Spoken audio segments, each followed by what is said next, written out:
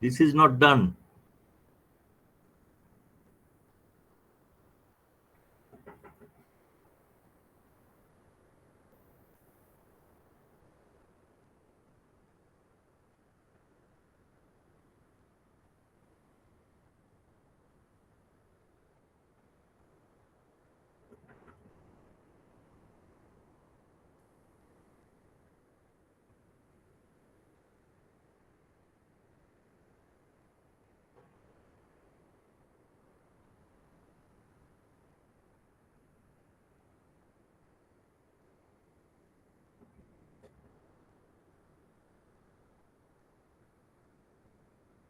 Okay, start the recording now.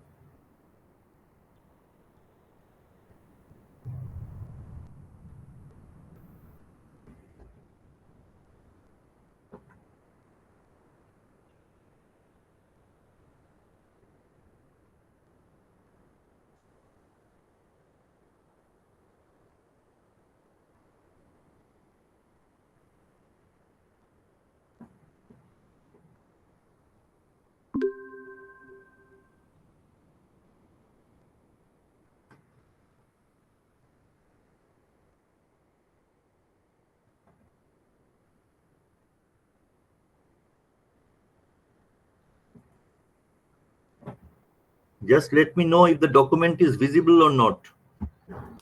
Yes, Yes, sir. sir, visible. Yes, yes, visible.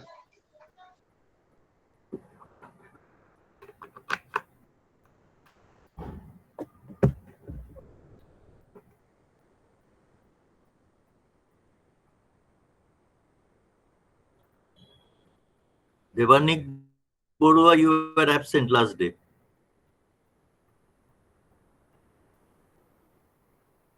Now, so I'm just progressing with what I want to discuss. We have seen that a DT-LTI system, it can be represented by a constant coefficient difference equation given by this equation 2. Constant coefficient difference equation relating the output and the input sequences. All right.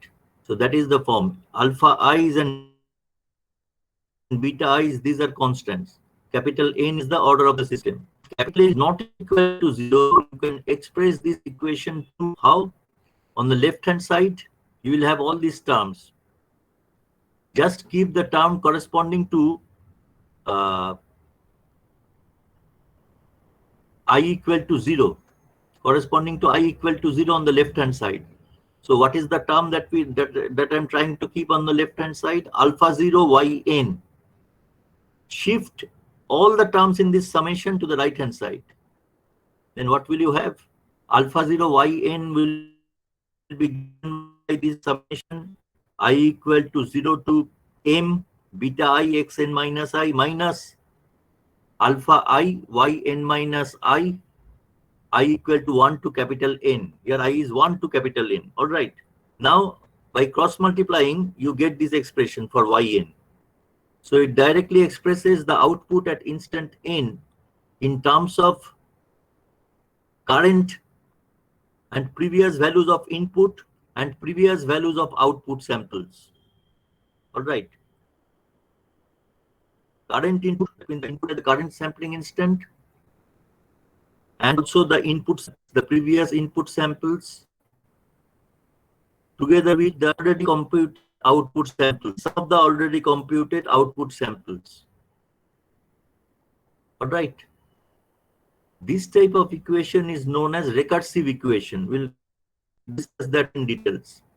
Now, in this equation 2, if you take the Z transforms of both sides,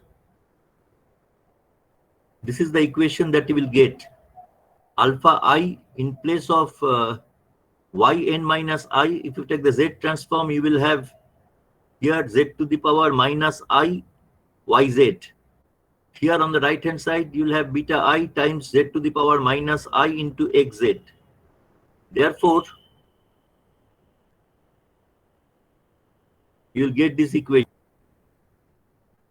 So we can say that the Z transfer function of the system, we have already defined it as the ratio of the Z transforms of the output sequence divided by the Z transform of the input sequence, YZ by XZ. So that will be the ratio of these summations. All right. You can also express it in this way that I have written down here. You just you just take out this alpha 0 term outside, then divide the numerator and denominator by alpha zeros to get this term. Else, what you can do, if you can take the Z transforms of both sides of this equation, this particular equation where yn is on the left hand side, then also you will get the same expression. So these are the two common forms of expression when capital N is not equal to 0, expressions for the transfer function. So you may write down. এটা লিখেছিলে বোধহয় equation 2 এখানেই শেষ হয়েছিল।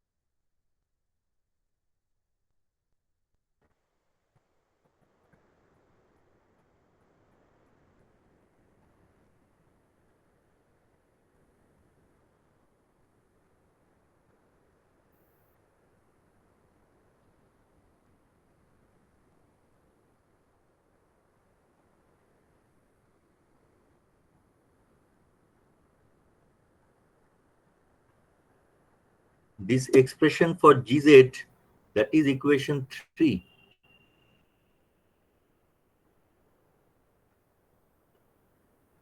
Sorry.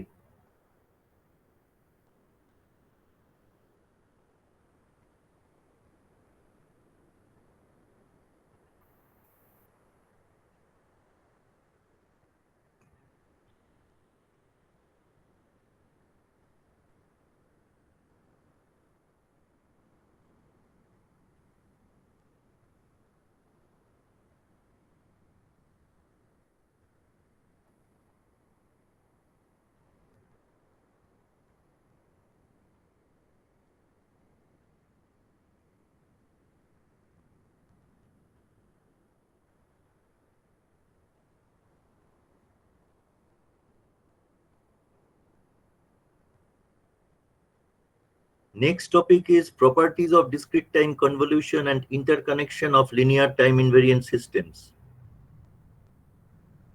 In your signals and systems course, you have studied properties of continuous time convolution and interconnection of continuous time linear time invariant systems. What we will discuss here is the discrete time counterpart.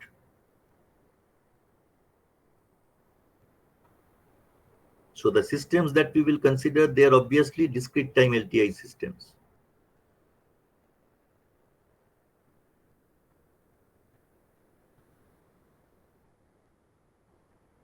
For any system, whether it is a continuous time system or discrete time system, the impulse response, the step response, the ramp response, etc., these are simply properties of the system. They are unique for the system. All right. Therefore, they will serve as properties of the system. Now, suppose we have a discrete time linear shift invariant system. Time invariant and shift invariant mean same thing. Shift means shift in time. So, if you excite this system by a unit sample sequence delta n, or what we colloquially call the unit impulse sequence, and say the output is Gn, then Gn is a property of the system. So Gn is called the impulse response sequence. Gn is the impulse response sequence of this DTLTI system under consideration. Now, say we have this DTLTI system, I have represented it by its impulse response sequence Gn. And let's assume that Xn, for Xn excitation, the output is Yn. Now, Z transform of Xn, let that be represented by capital Xz, Z transform of Gn be represented by capital Gz, and Z transform of Xn, Yn be represented by capital Yz. So Yz is the product of Xz and Gz. And Gn, this is the inverse Z transform of Gz. So it must be clear to you why we prefer discussing more of the impulse response than the step response, ramp response, etc. That's because simply on obtaining the Z transform, you've moved from the impulse response sequence. That is, you move from the time domain to capital Gz, the transfer function in the Z domain. Just taking the Z transform once. So that is why impulse response sequence is frequently discussed compared to the step response, ramp response, etc. All right. Now, output Yn of a DTLTI system excited by input Xn can be expressed as a convolution of Xn and Gn, where Gn is impulse response of the system. You can say that, well, sir, because Yn is the convolution of Xn with Gn, Yz is the product of Gz and Xz.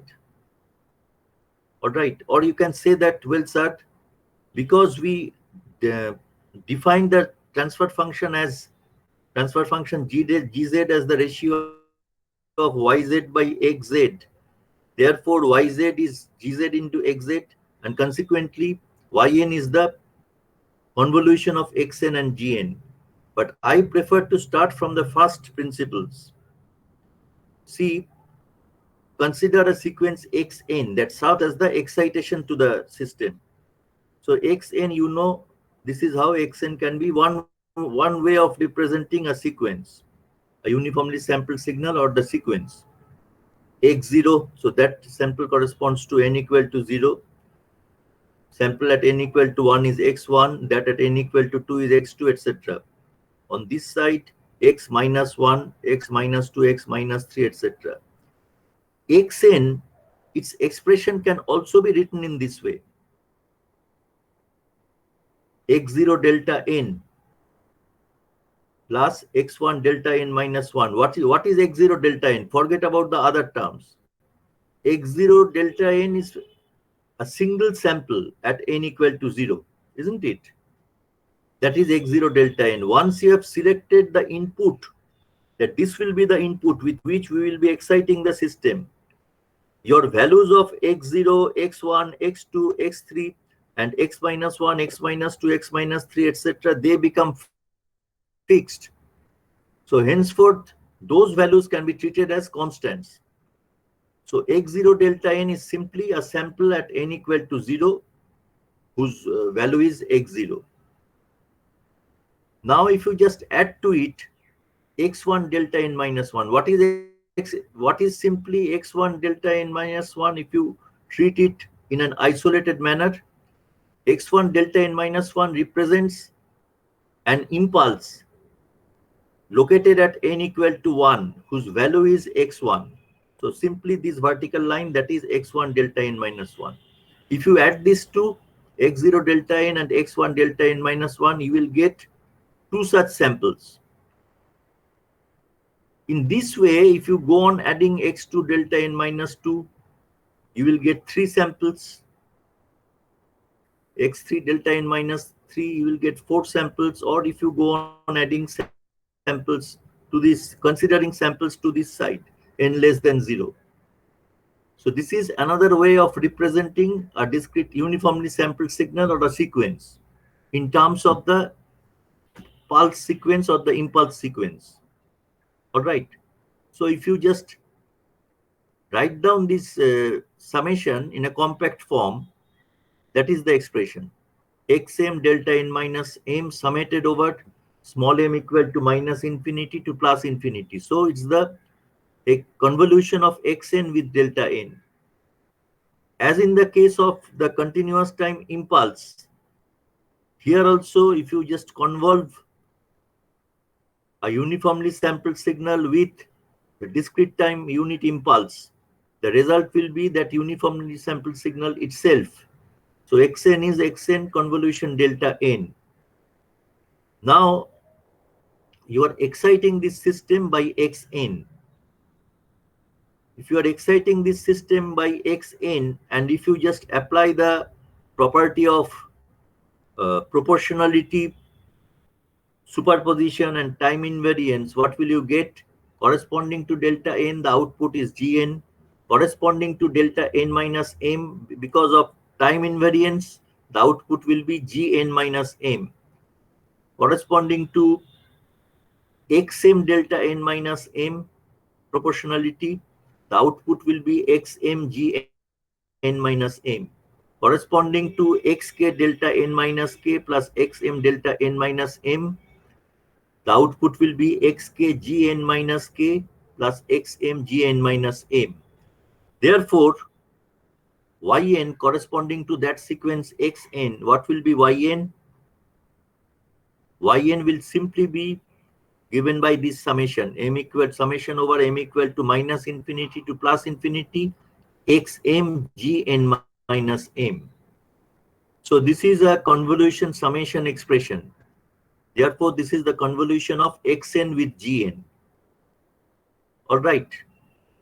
Also, you can also write yn from the commutative property of impulse function. Impulse response. Commutative property of convolution. Commutative property of convolution. You can write that yn is convolution of gn with xn. Xn with gn and gn with xn, they will yield same result. So because of this relation, what is this relation? What does it represent? Summation of xn minus m. Summation of xn minus m, that means the current input sample and previous input samples and future input samples. So all these samples have been summed up, but not directly. Each sample has been assigned a weight of gm. Each sample has been assigned a weight of gm.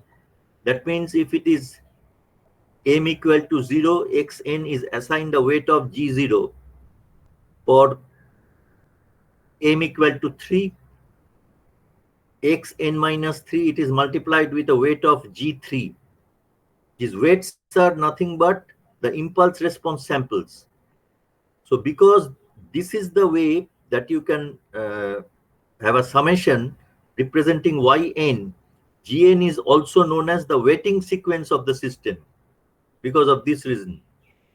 Okay, you write down this part, then I'll proceed with the properties.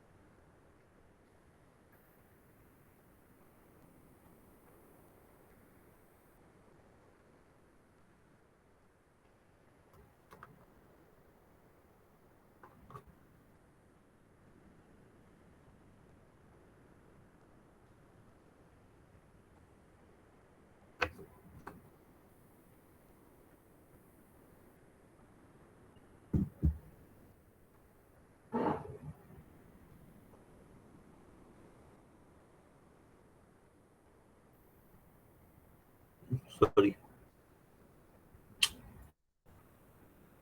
One minute.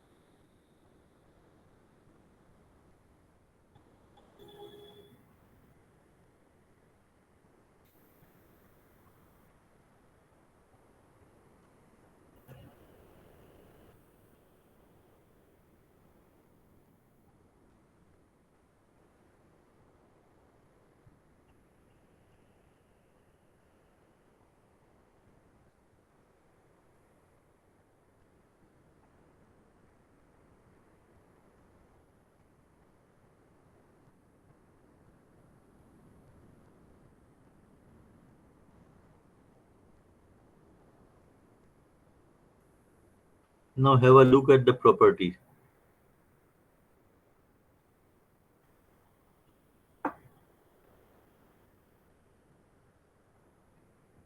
You had similar properties, analogous properties rather, in case of the continuous time convolution. Sorry, just 1 minute.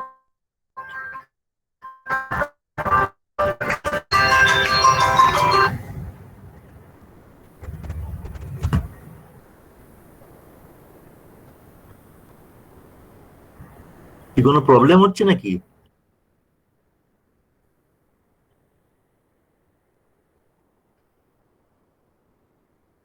কমিউনিকেশনের problem হচ্ছে কিছু? শুনতে পাচ্ছ আমার কথা? হ্যাঁ sir. এই যে তোমাদের ক্লাসের না পুষ্পল ব্যানার্জি, সে হঠাৎ ফোন করছে কেন আমাকে? আমি দেখলাম ফোন এসছে একটা, কি করছে জানি না, যাই হোক। So properties, first is the commutative property. Convolution of xn with gn is same as convolution of gn with xn. So those two summations, they are equivalent. If you try to grasp the importance of this property so far as system analysis is concerned, DT-LTI system is concerned, say if you have a system with impulse response sequence Gn, if you excite it by xn, the output will be yn. According to the commutative property, if you have another system whose impulse response sequence is xn, and you are exciting the system by a sequence Gn, then you will get the same output yn as you have obtained in this case. So that is the implication of the commutative property. In the Z domain, this is the presentation. Gz, input xz, output is yz. Transfer function xz, input is gz, therefore output will be remain same in the Z domain, yz. Now come to the associative property. This is the statement of the associative property. A minute.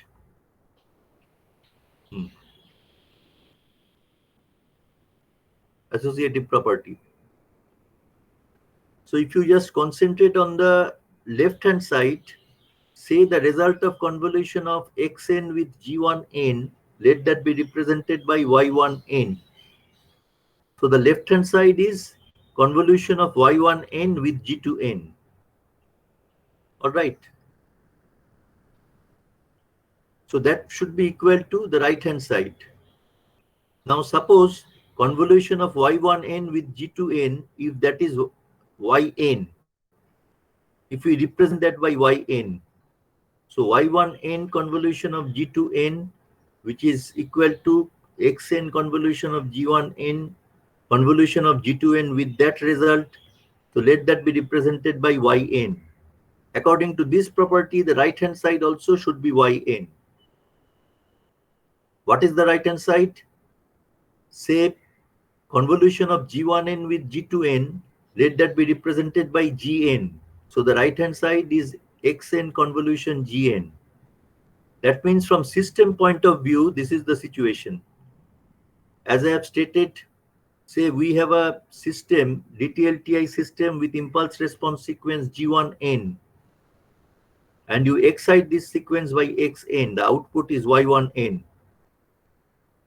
If you have a second system with impulse response sequence G2n, such that these two systems are non-interacting, then on connecting this system with impulse response sequence G2n to that system, the output of first system remains as y1n. That is meant by what is called non-interacting.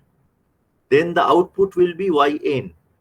It is same as having a single system with impulse response sequence, which is the convolution of g1n with g2n. So that is the significance of the associative property. That means if you have two non-interacting DTL-TI systems in cascade, then the impulse response of the overall system, the cascade combination, it will be the convolution of the individual impulse response sequences. If you generalize this property to the case of capital L number of non-interacting DTL-TI systems in cascade, say if this is the situation, G1n cascaded with G2n, cascaded with G3n in this way up to GLN, then that is equivalent to having a single system with impulse response sequence Gn, which is the convolution of G1n with G2n, convolution of that result with G3n, convolution of that result with G4n in this way up to GLN. All right. In the Z domain, it will simply be the multiplication. These are the transfer functions. Capital G1z is the Z transform of small g1n. Capital G2z is the Z transform of small g2n in this way. So L number of subsystems. The complete system will have a transfer function, which is the product of the individual transfer functions. So that is the significance of the associative property. Come to the distributive property. That is the statement given by equation 6. Now, if you have a look at the right hand side, you have two terms in this summation. One is convolution of xn with g1n, another is convolution of xn with g2n. Then the results of both these convolutions are added to yield, say, yn, a sequence yn. That is the final result of right hand side. Let us say that. All right. So x1 convolution g1n is, there is a system with impulse response g1n excited by a sequence xn, and the output here, that is the first term of the right hand side. Similarly, xn is used to excite another system, DTL-TI system with impulse response g2n, and the output is the second term of the right hand side. The right hand side is the sum of those two outputs. So these two outputs are added to yield the right hand side, yn. And that should be equal to left hand side. Left hand side means as if there is a single system whose impulse response Gn it is the sum of the individual impulse responses G1 and G2n. So it is excited by Xn, output should be same as this one. All right. As a generalization in this case also, if you have capital L number of systems, this is here we have two DTLTI systems in parallel. We say that these two systems are in parallel. So here there are capital L number of DTLTI systems that are in parallel. The output is Yn.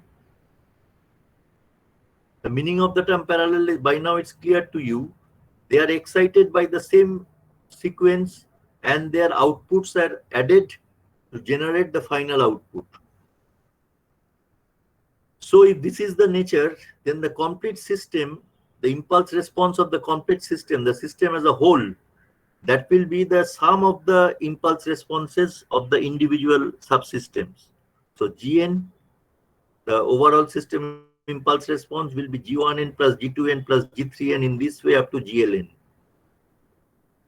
All right. In the Z domain also, the transfer functions of the individual systems will add up to give the complete system transfer function. So here there is addition in both time domain and Z domain. But in case of cascade combination, it was not addition. All right. That was not same. In case of cascade combination, there was convolution in the multiplication in the time domain and multiplication in the Z domain. All right. So those are the important things. Then you have the time shift property. If Yn is the convolution of Xn with Gn, then Xn minus k convolution Gn will be Gn minus k convolution Xn. That will also be convolution of Xn minus k1 with Gn minus k2. All right. Such that k1 plus k2 is equal to k. So that will be equal to Yn minus k. So this is the time shift property. You will require it to solve problems. Convolution with impulse, that is well known by now. Convolution of Xn with delta n is Xn itself. Convolution with step. What was the situation in case of the continuous time convolution? If you convolve a continuous time signal with a unit step, what will you get? Sir, integration 0 to t h tau theta. Right. So here, instead of integration, you will get summation or accumulation. So if you convolve Xn with Un, same as convolving Un with Xn, this is the convolution sum expression. Because Uk, it has 0 values for k less than 0. Therefore, you can write it in this way. And for k greater than 0, greater than equal to 0, it has a value of 1. So it's ultimately the accumulation of Xn minus k. Next, you have a property. You had similar property in case of the that continuous time convolution width property. Suppose you are trying to convolve Xn with Gn. Let's assume that Xn extends from minus capital N1 to plus capital N2 and Gn extends from minus capital M1 to plus capital M2. It means that Xn is identically 0 outside that span, minus N1 to plus N2. Gn is identically 0 outside that span extending from minus M1 to plus M2. If that be the case and Yn represents the convolution of Xn with Gn, then Yn will extend from minus capital N1 plus capital M1 to plus capital N2 plus capital M2.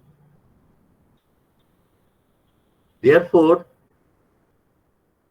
if those be the left edge and right edge is minus N1, right edge is plus N2, if those are the left and right edges of xn will have a width of wx equal to n1 plus n2 plus 1 samples. Similarly, gn will have a width of capital M1 plus capital M2 plus 1 samples. What will be the width of yn? It will be wy equal to wx plus wg minus 1 samples. Minus 1 samples. All right. Write down this part.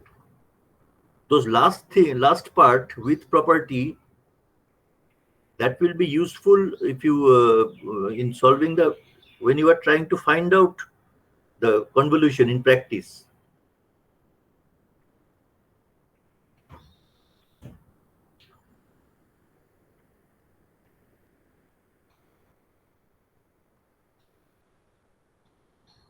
কত দূর হয়েছিল বলতো? এগুলো হয়ে গেছিল লেখা? From properties of convolution. হ্যাঁ।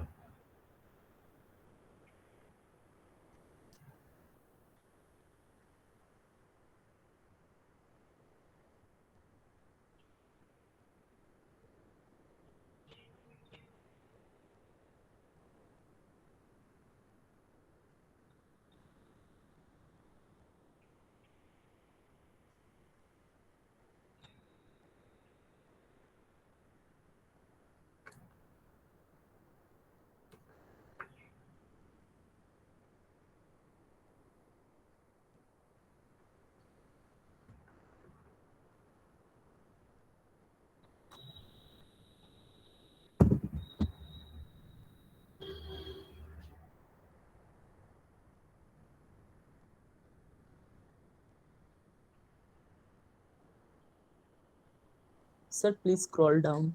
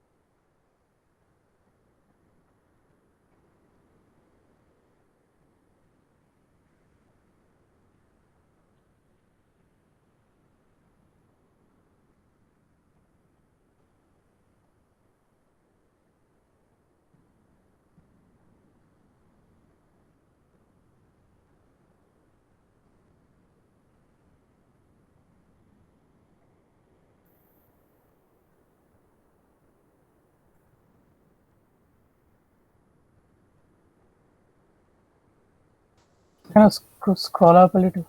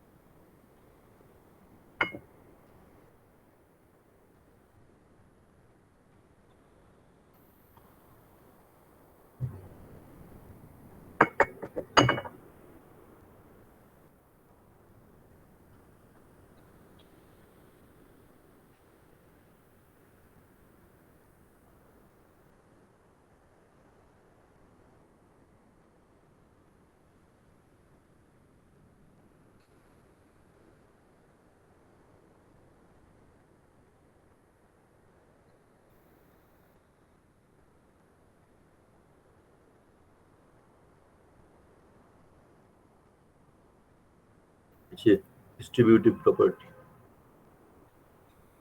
Sir, please scroll up.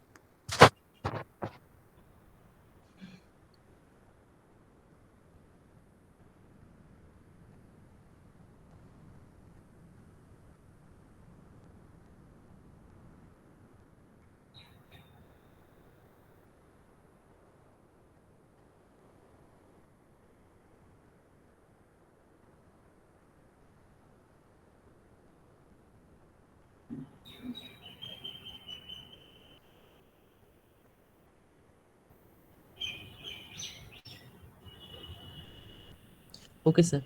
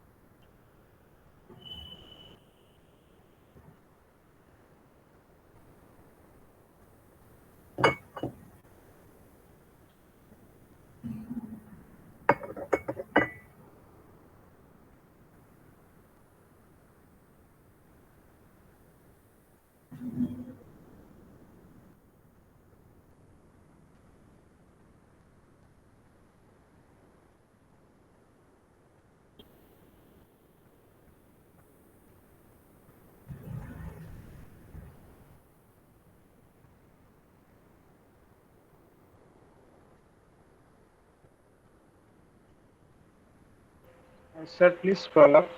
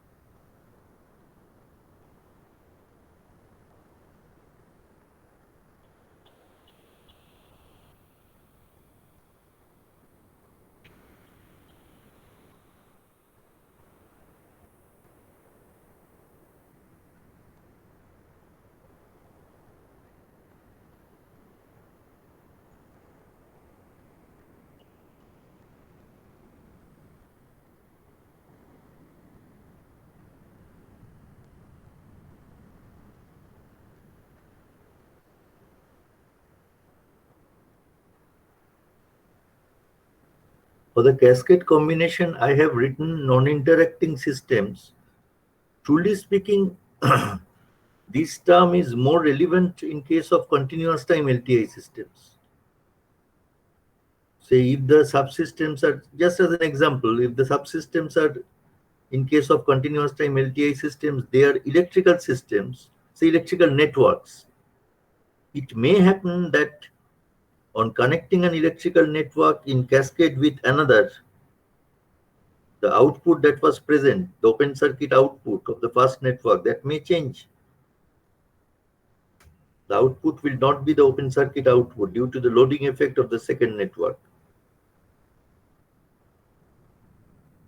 So there, the two networks are not non-interacting, they are interacting. But for discrete time systems, such a situation is not very relevant.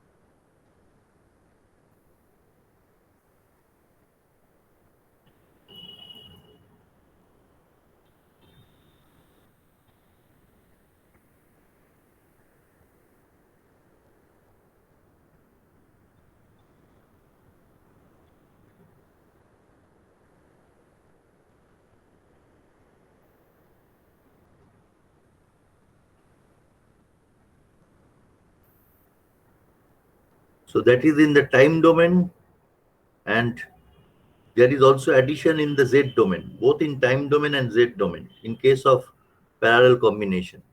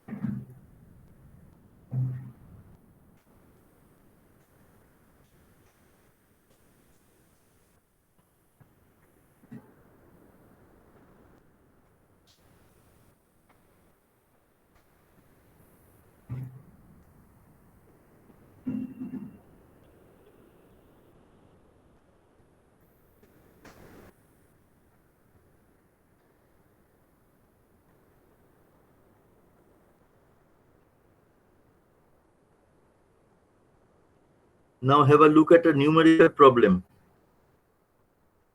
You have been asked to determine the convolution of these sequences, xn and gn. Truly speaking, if nothing is mentioned, it is not mentioned in specific that you have to do the computation in the time domain, then you cannot use any transform method. If it's not stated categorically what you can do, you can take the z transform of xn, the z transform of gn, multiply the two, and take the inverse z transform. That will very conveniently yield the convolution of xn with gn, isn't it? You can use that property. That convolution in the time domain is multiplication in the z domain. But I want to solve this problem by carrying out computation in the time domain.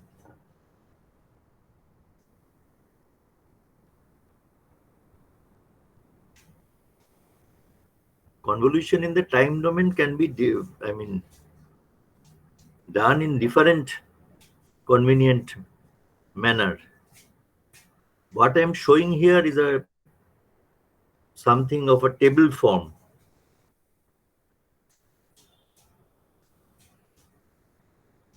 Where is the left end or left edge of xn located?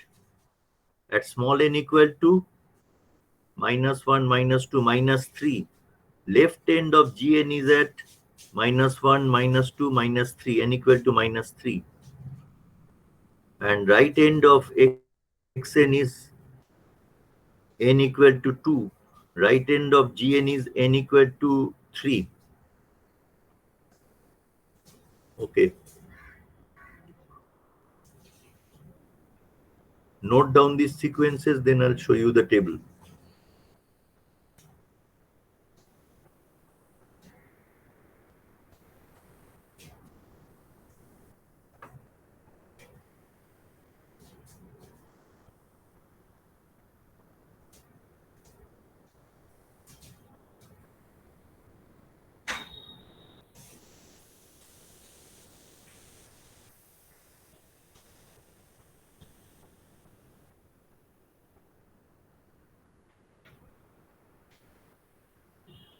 The sample with this vertical arrow below it, that is the sample corresponding to n equal to 0. By now you are aware of this convention. So both of them are finite duration sequences. Now just see here. What have I done? I have tabulated xn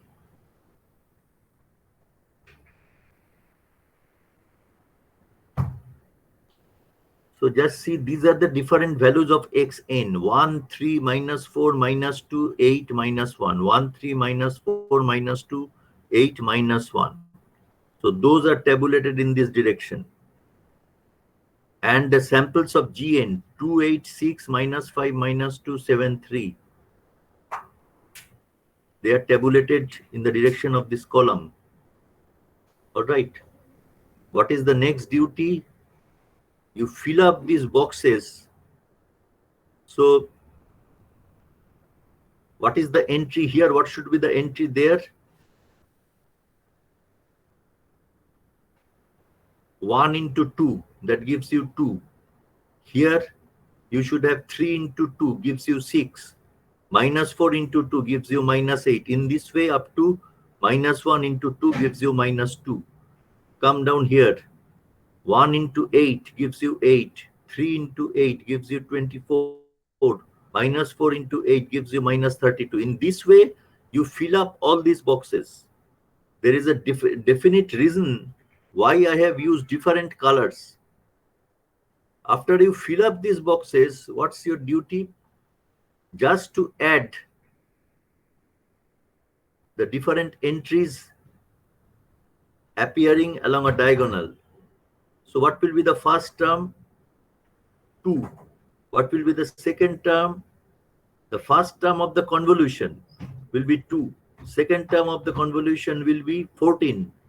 Third term of the convolution will be 30 minus 8. That means 22. in this way you will continue. 2, 14, 22. All right. Next one, -5 plus 18 minus 32 minus 4. তার মানে কত হবে? -41. In this way, you just write down these samples of yn, the result of convolution. But point is, if you consider the first sample means the first entry in this brackets. That instant, what is the value of small n? For what value of small n, we are having this value of 2 units. That you can easily get from that left edge, right edge, etc. That type of observation. Left edge of xn is at n equal to -1, -3.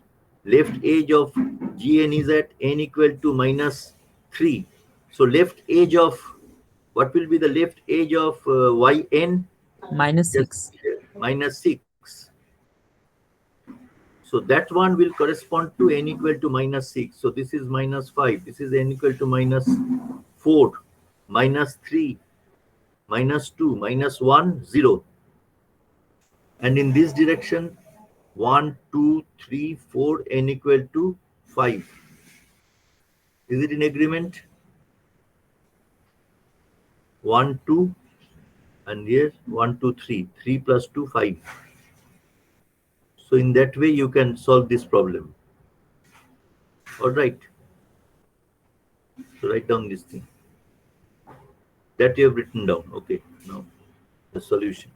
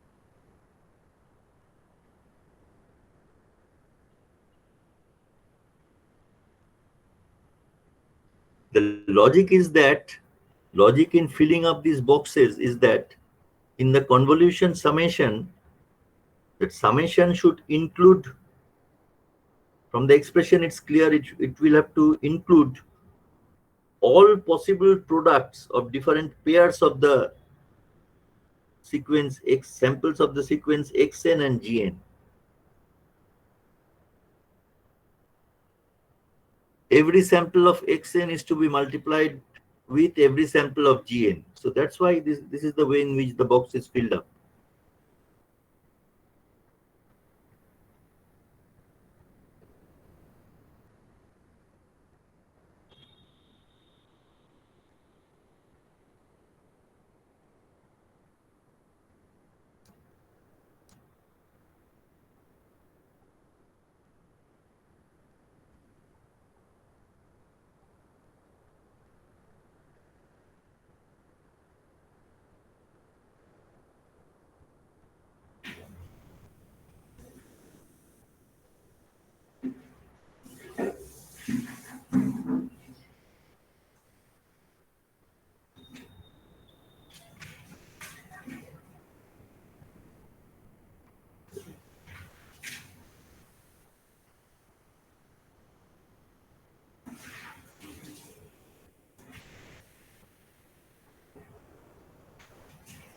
Sir, Ah, sir, could you please Follow. repeat how we determine the value of y0? y0. From this width property, I have shown that If xn extends from minus n1 is the left end or left edge of xn, all right, and plus n2, that is the right end or right edge. Similarly for gn minus capital M1, this is the left end or left edge, and M2 plus M2 is the right end or right edge. So yn is the convolution of xn with gn. According to this width property, the left end of yn will be the sum of left ends of xn and gn. So that's why it's minus n1 plus m1. Similarly, Okay, the right edge of yn will be the sum of the right edges of xn and gn. That's why it's n2 plus m2. বুঝা গেছে? yes, sir. নাকি? আচ্ছা।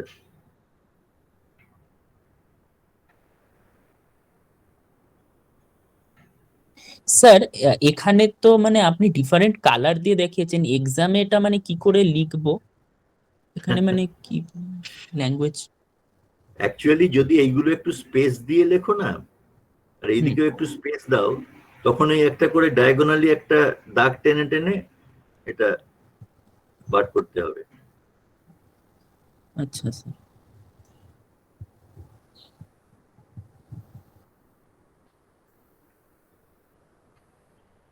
Spacing গুলো ঠিক মতো না হলে কিন্তু গোলমাল হয়ে যাওয়ার চান্স আছে। আমি মানে অনবোর্ড চক অ্যান্ড বোর্ডে পড়াতে গিয়ে এরকম প্রবলেম ফেস করেছি।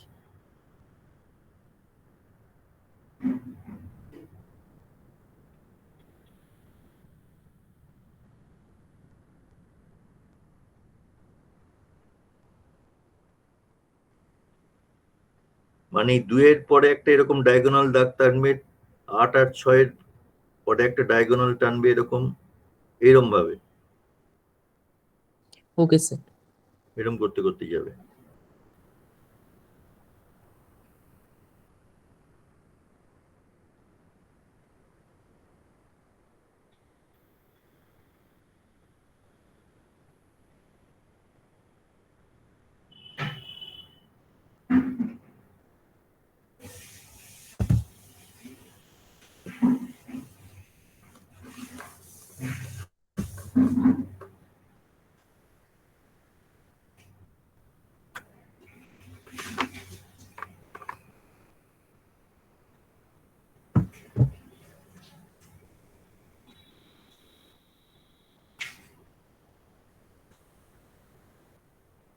বলে বলো এটা।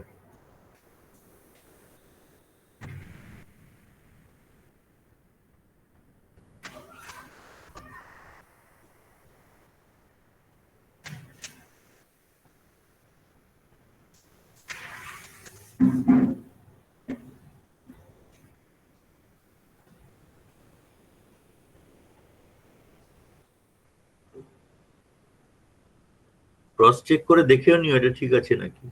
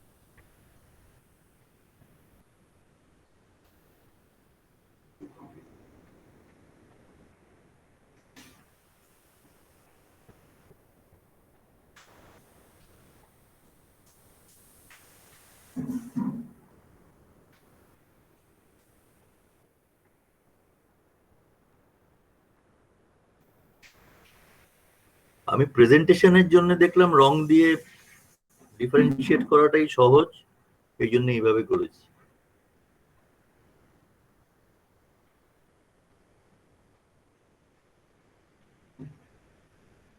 হয়েছে? Yes sir.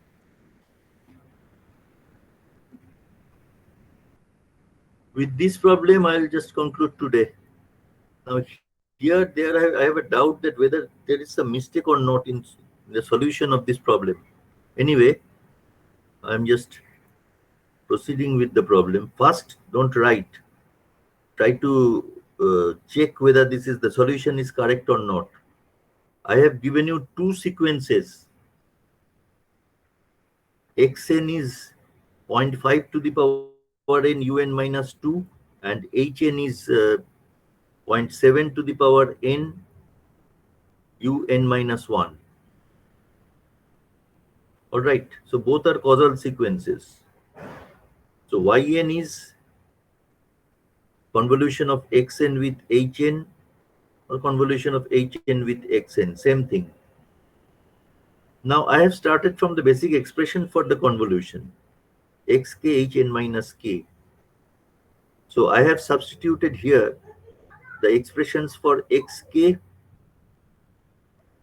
and multiplication of that which hn minus k. Hn is 0.7 to the power n un minus 1. So here hn minus k, you will have 0.7 to the power n minus k into u n minus k minus 1, isn't it? Is that right?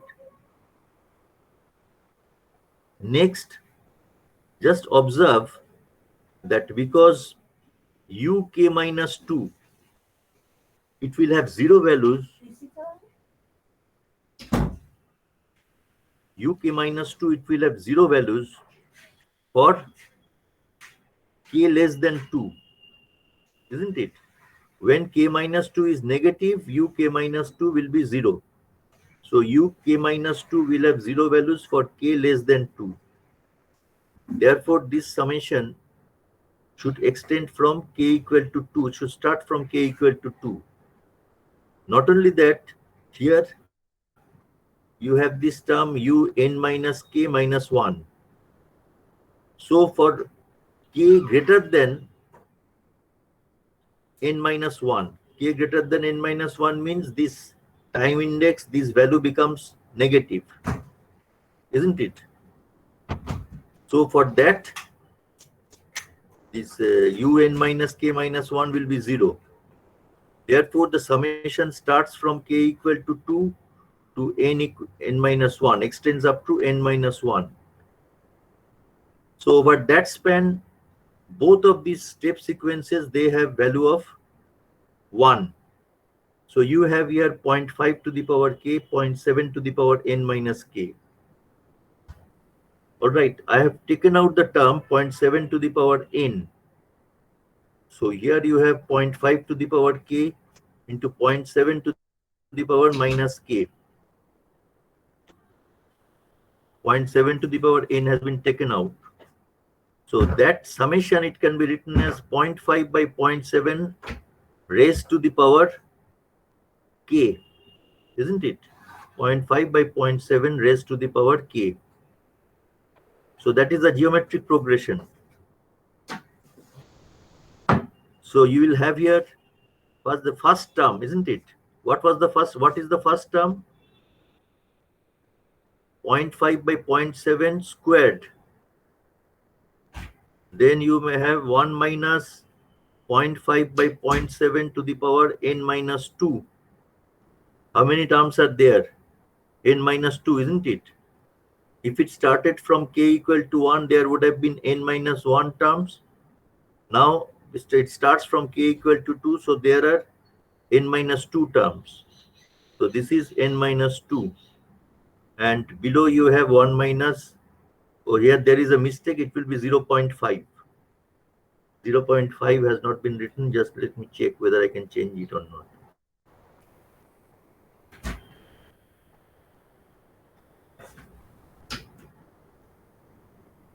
Just 1 minute.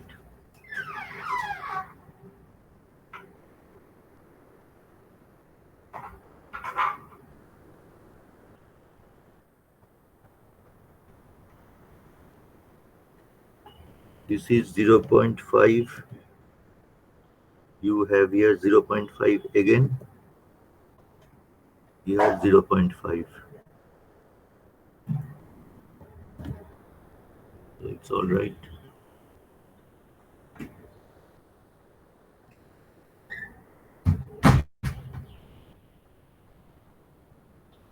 that is the case, it will come out as 0.7 to the power n, then this squared, and 1 minus 0.5 by 0.7, I think that it will come out as 0.286.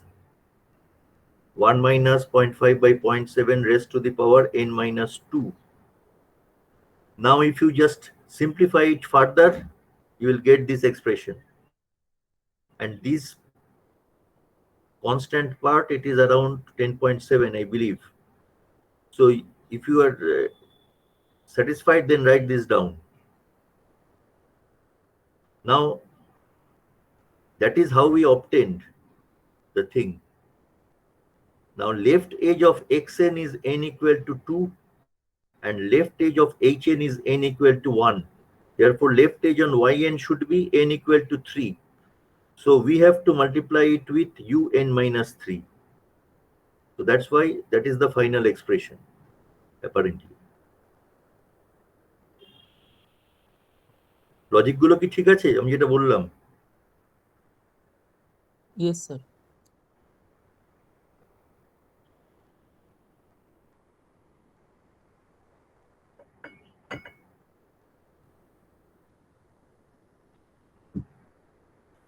Sir ওখানে 0.7 square কেন হলো? কোথায়? Sir এই 10.7 এর উপরে যে স্টেপটায়। ও এটা square কেন হলো বলো তো, জাস্ট 1 মিনিট। এই যে 0.7 to the power n minus 2, তো নিচে ছিল কত? 0.7 to the power n minus 2, ঠিক আছে? ও আচ্ছা আচ্ছা, হ্যাঁ ঠিক আছে। এইটা 0.7 টু দি হ্যাঁ পাওয়ার n ঠিক আছে। মাইনাস 2, সেটা আর এটা নিয়ে তোমার 0.7 স্কোয়ার হলো। অলরাইট, ঠিক আছে। স্যার এখানে 0.5 বাই 0.7 তার স্কোয়ার হবে তো? কোথায়? ওই যে ও এটা নিচে 0. এটা 2 করে দিয়েছি না? আর ওই শেষে কনস্ট্যান্টের ভ্যালুটাও তাহলে চেঞ্জ হবে, ওইটা 0.874 ওটা এর মতো বোধহয় আমি আসবে। 0.7 ধরেই করেছি, বুঝেছো? স্যার 10.7 আসছে না, আসছে না? ঠিক আছে, তাহলে বলো কত? 0.7 আসছে, 0.874। কোনটা? এই পুরোটা? হ্যাঁ 10.7 এর বদলে। 0.874? হুম আচ্ছা ঠিক আছে, এখান থেকে যেটা গন্ডগোল ছিল আমার মনে হচ্ছে।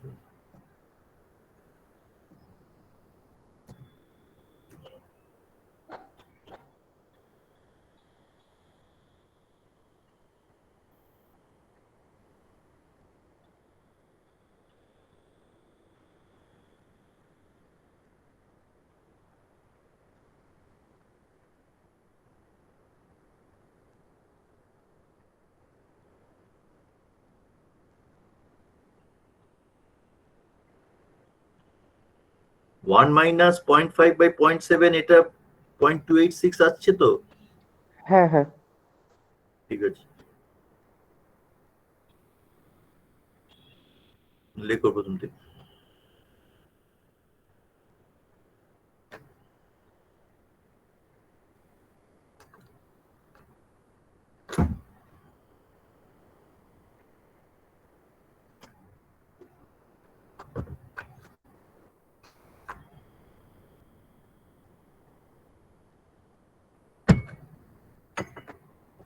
If it were not stated that you have to perform derivation in time domain, you could have easily used Z transform.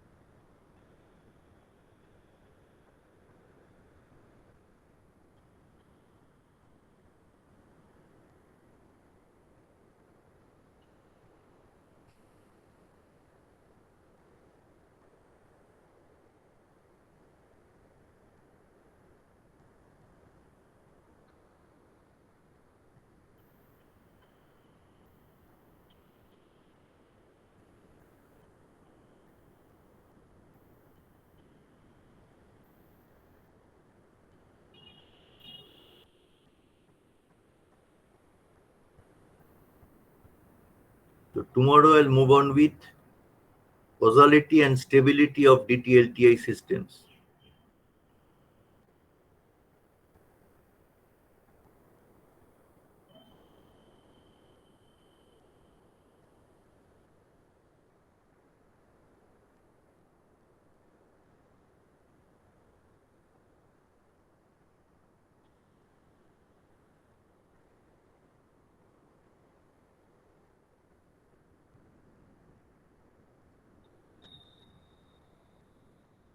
Sir completed. Okay, সবার হয়েছে?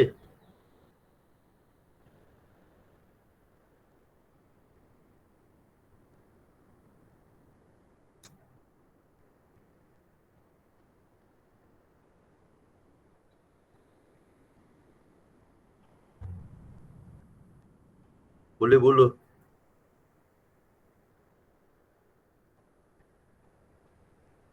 Yes. হয়েছে সবার?